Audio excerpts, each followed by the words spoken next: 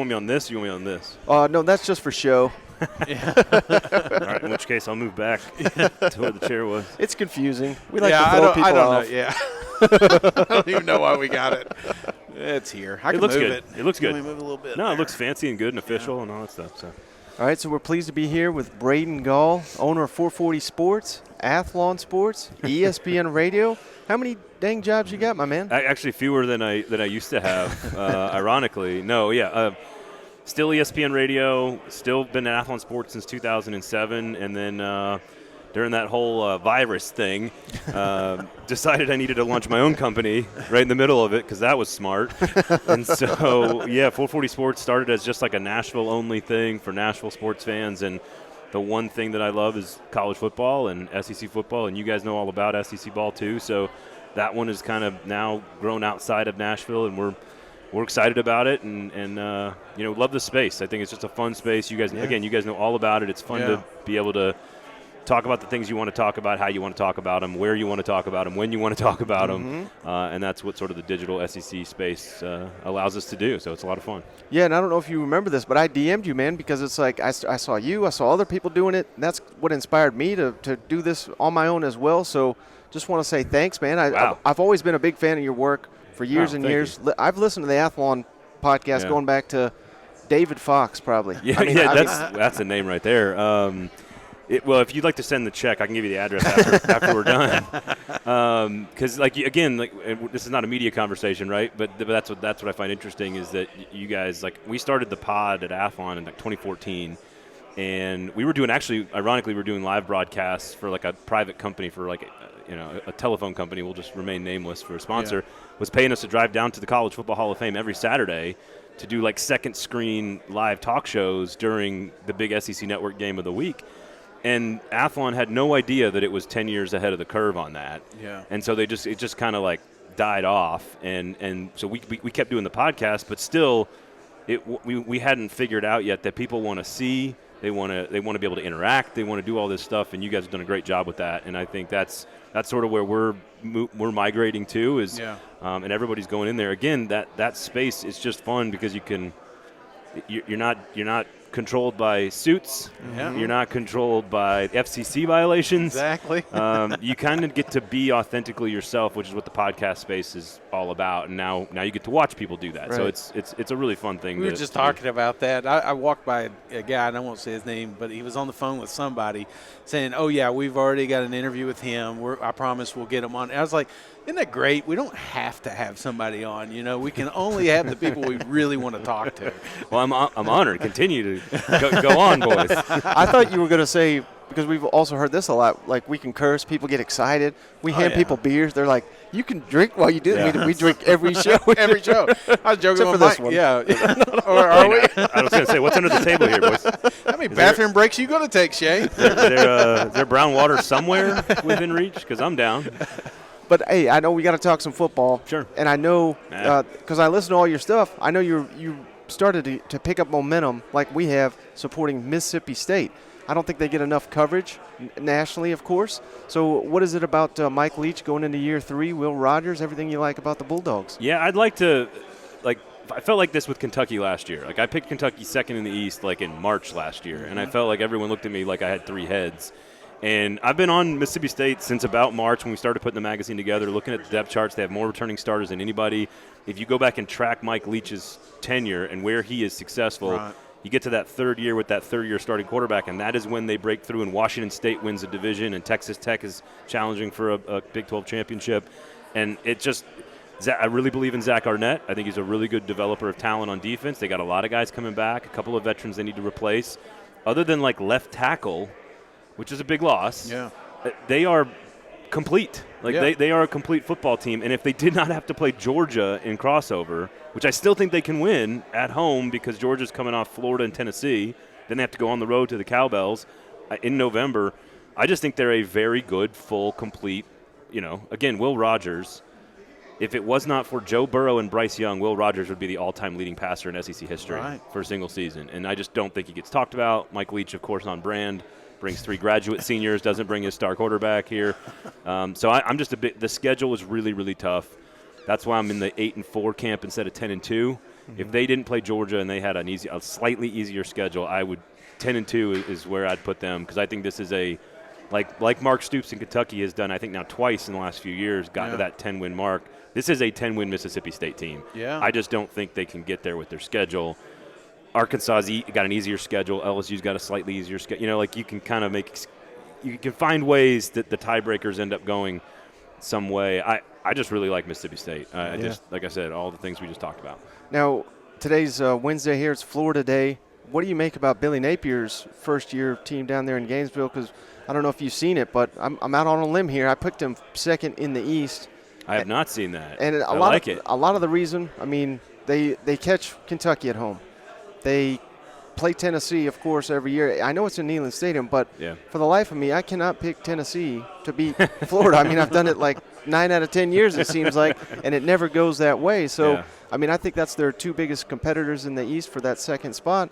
And I think if you were to – I realize why people like Kentucky and Tennessee, but if you were to lay out all the three rosters, I think you could make the case Florida's is, if it's not equal, it's better, especially Kentucky's.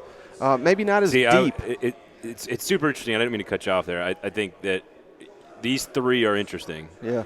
I think it's Arkansas, LSU, Mississippi State, Ole Miss, and maybe even to some degree A&M. I think, again, you could put all 5 of those in the West in any order, and these 3. People want to include South Carolina in that mix, and I don't see it yet. I'm trying to.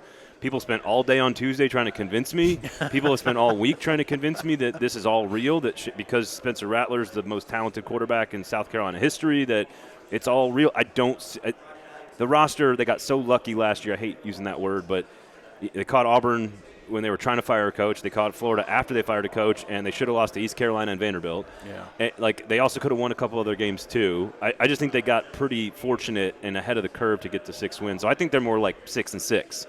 Maybe 7-5, best case scenario. So I'm not buying into South Carolina. So long way of getting to your question. Kentucky, Tennessee, and Florida, that's the debate for me, and I agree with you. I actually think Kentucky is the best roster of all of them from 1 to 85 because they are more complete culturally, depth. Every player on that team, Mark Stoops has recruited, not like Heupel and Napier.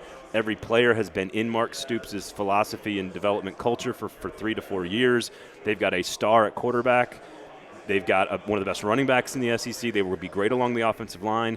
The best recruiting class in Kentucky history for the defensive line in 2020. They're all going to step in now and be starters. And who do I trust to develop those guys into starting defensive linemen better than Mark Stoops? Yeah. Other than playing at Tennessee, which has been a problem for Kentucky no matter how good they are, that's the only I've got Kentucky at second. I think they're number 2. He's there with you. Yeah, I think some of that. There we go. I think Tennessee beats Florida this year, famous last words. Yeah. But I do think it sets up because it's early in the season, and there is a baseline that you are going to get from Tennessee's offense, even when they are bad. When Tennessee's offense has a bad day, they're still going to get to 32 points. And their defense sucks. They're not going to get a lot of stops. It's why I don't think they can contend for the East. It's why people in Tennessee claiming 9-10 wins, I think, are out of their mind. I agree with you that Florida's very good and better than people think. Anthony Richardson is better than people think. Billy Napier is the perfect man for the job. I just think I think Mullen left the cupboard more bare than people think for a traditional Florida roster. I look at LSU and I see talent still because that wasn't their problem, was recruiting. Recruiting was a problem for Florida. So the depth is the concern for me with Florida. And they got some nasty games. LSU, Georgia late in the year, like that. I think they're going to be in a lot of one-score games. I think so too. And Billy Napier's 16-3 in one-score games. That's an incredible record. See, the thing is, it's funny you mentioned that. It's almost hard to sustain that because over time, statistically, your one-score games are going to end up 50-50, basically.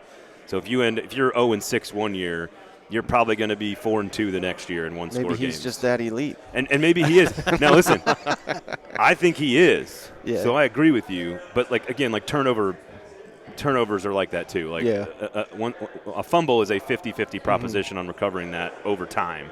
So if you go plus 22 on turnovers one year, the likelihood of you doing that again is extremely low. So that doesn't make it impossible for Billy Napier.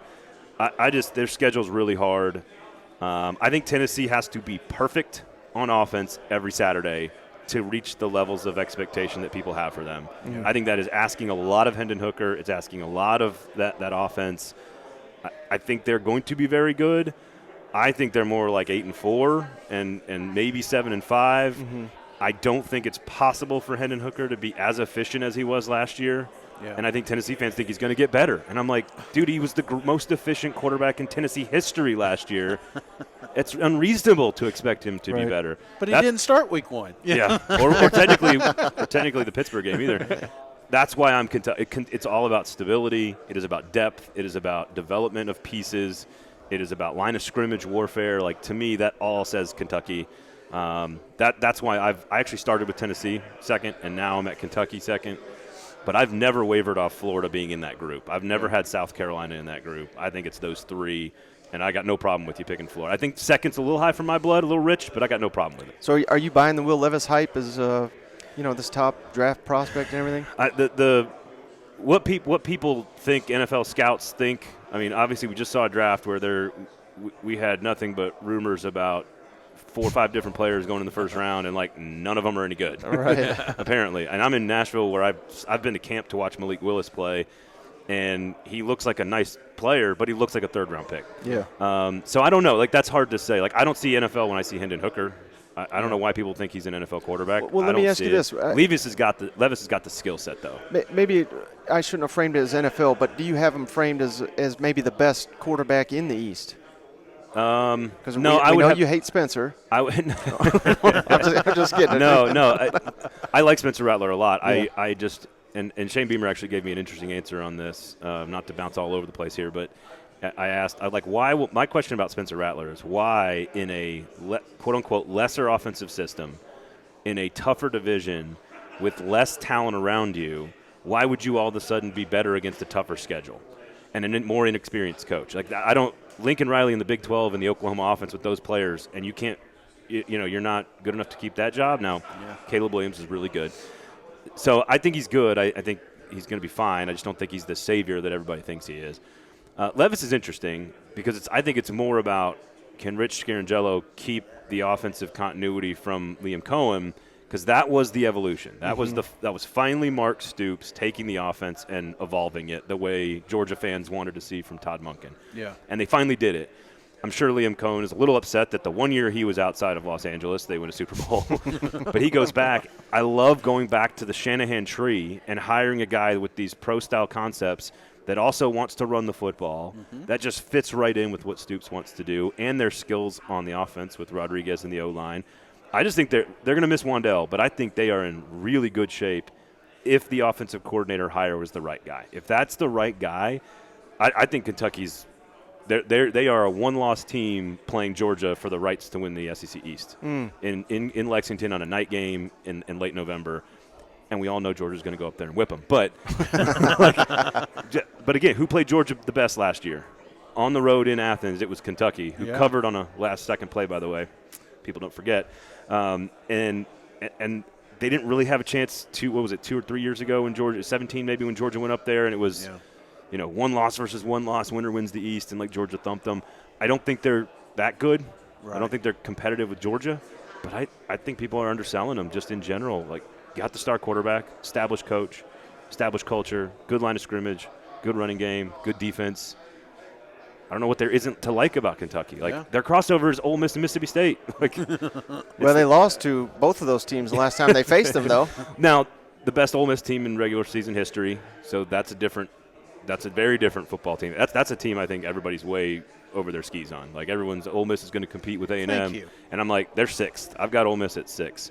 Yeah, so do I. So, and that's not an insult either. For Lane Kiffin, that's a tough division. 100%. And they could be a winning record at 6th in the East, too. Like, that could be 7-5. Also, for Ole Miss to be down and 6th place and still have a winning record is a huge testament to the job Lane Kiffin has done. So it's mostly just I don't see the dogs for Ole Miss. Like, they got into that game with Alabama, and Lane Kiffin overthought it, and they just didn't have them. Right. And they're not better this year than they were last year. So do you think this is the toughest the West has ever been? 100%. Yeah. Auburn is I can make the case for Auburn to be a pretty good football team in like 3 sentences. Yeah. You want me to do it? Please do it.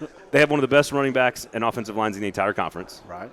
They have a top 3 or 4 defense in the SEC, front 7. and they've got a coach who's really, really good and made his entire career on developing quarterbacks and has chosen to bet on himself to develop a quarterback. That's how you make the case for Auburn. Right. Doesn't mean they're not going to go 0-8 like they do sometimes. But if you're arguing for them to be good and to get to a bowl game and finish in last place even, it's not very hard to argue about Auburn. Like, they're like A&M has to go to Auburn, I think, November 12th at the end of the year, like near the end of the year. Like, if A&M's a one-loss team, just circle that one right there. Like, those are the games that A&M loses and that Auburn wins. Right. And so it is the best middle class I've ever seen in the SEC.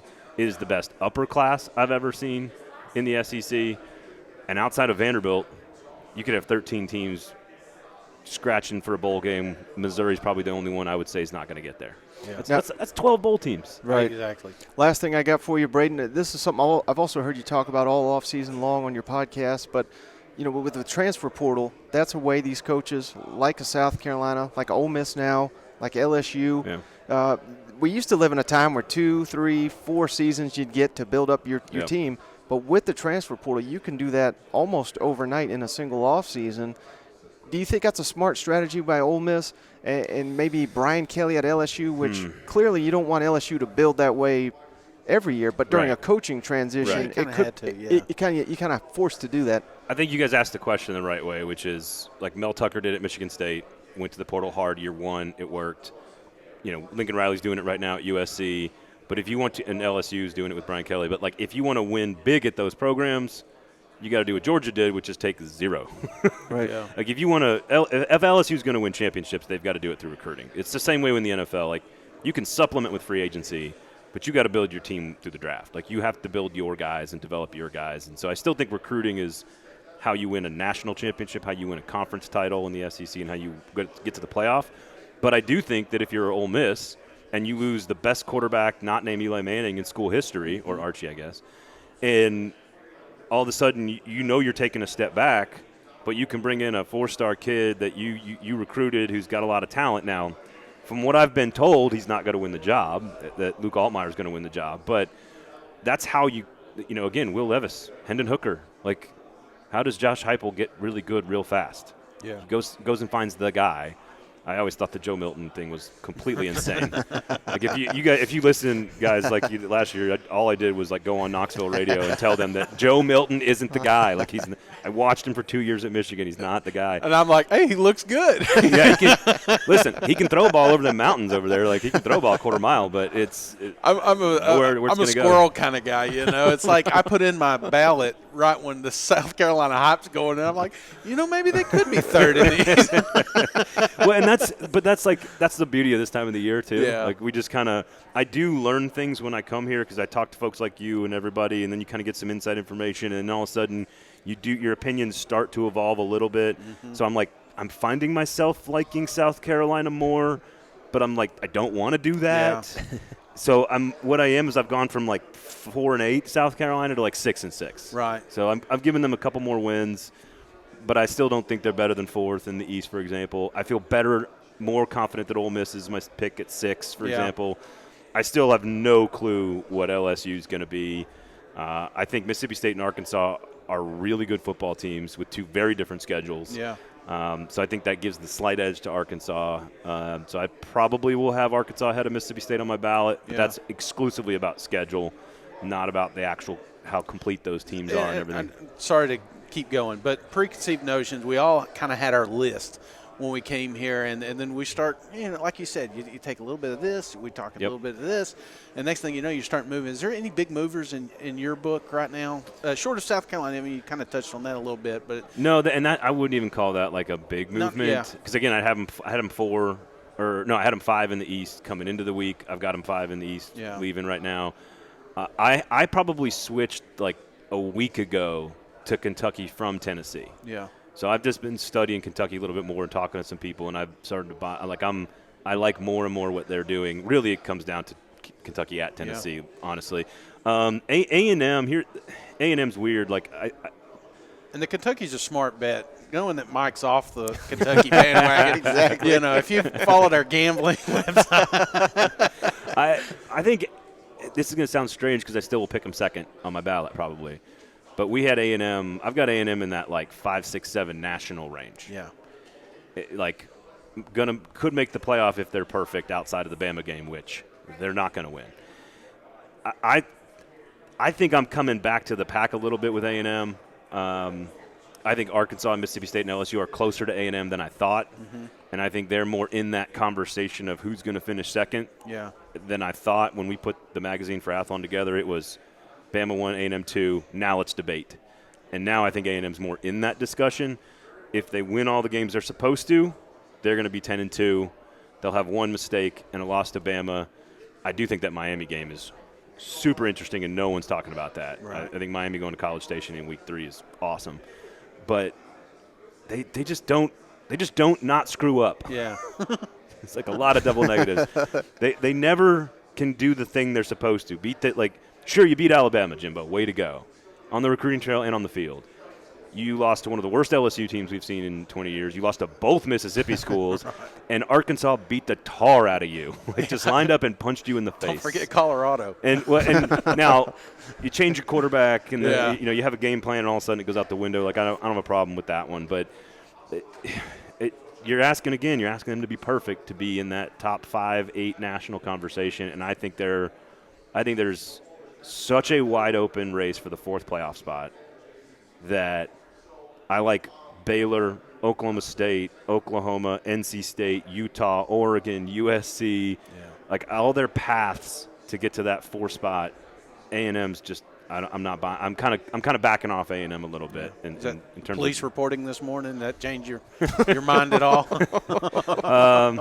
If you're good enough, sometimes those things go away.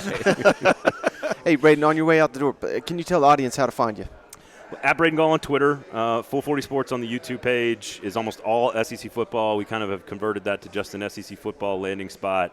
We got all kinds of player interviews up there. We got a bunch of, just a bunch of content everywhere. Fringe Element is the name of the podcast, but I just kind of tell people, go to the YouTube page. You'll find it there. We've got all different kinds of stuff up there. Again, Shane Beamer, Sam Pittman, a bunch of folks. And then, again, if you're in Nashville, which I know you are, and you want to cover other stuff, well, Full 40 Sports has got a lot of other stuff for you, if you're a Nashville SC guy or, Titans or whatever. But, again, that's sort of a different product. So 440 Sports, YouTube page for college football, at Braden Gall on the Twitter account, Athlon Sports Cover 2 for the entire country, if you want to cover all that stuff. So we got. How do you know what shirt to put on in the morning, You want to know? Here's how you do it. All of my coverage this week brought to you by J.E. Dunn Construction, and that is the shirt I put on this morning because they paid me to put on the shirt. Again, top 100 workplace in America, $5 billion in annual revenue, and I'll tie it back to college football to wrap it up, and I think this is a great trend in the SEC, and this is why you go work for J.E. Dunn. Sam Pittman cares about his people. Mark Stoops cares about his people. Josh Heupel is Coach Dad. He cares about his people. And we are seeing a wave of coaches that are just regular dudes, that are just ball coaches, that love their players, that want to take care of their players and do right by their players. And the used car salesman shyster is not a part of the hiring process anymore. I think that's good for the game. And if you want to work at a place like that, go to J. Dunn. So. Absolutely. Nice. Thank you, Braden. This was outstanding. I really appreciate it. Yeah, I love hanging out with you guys.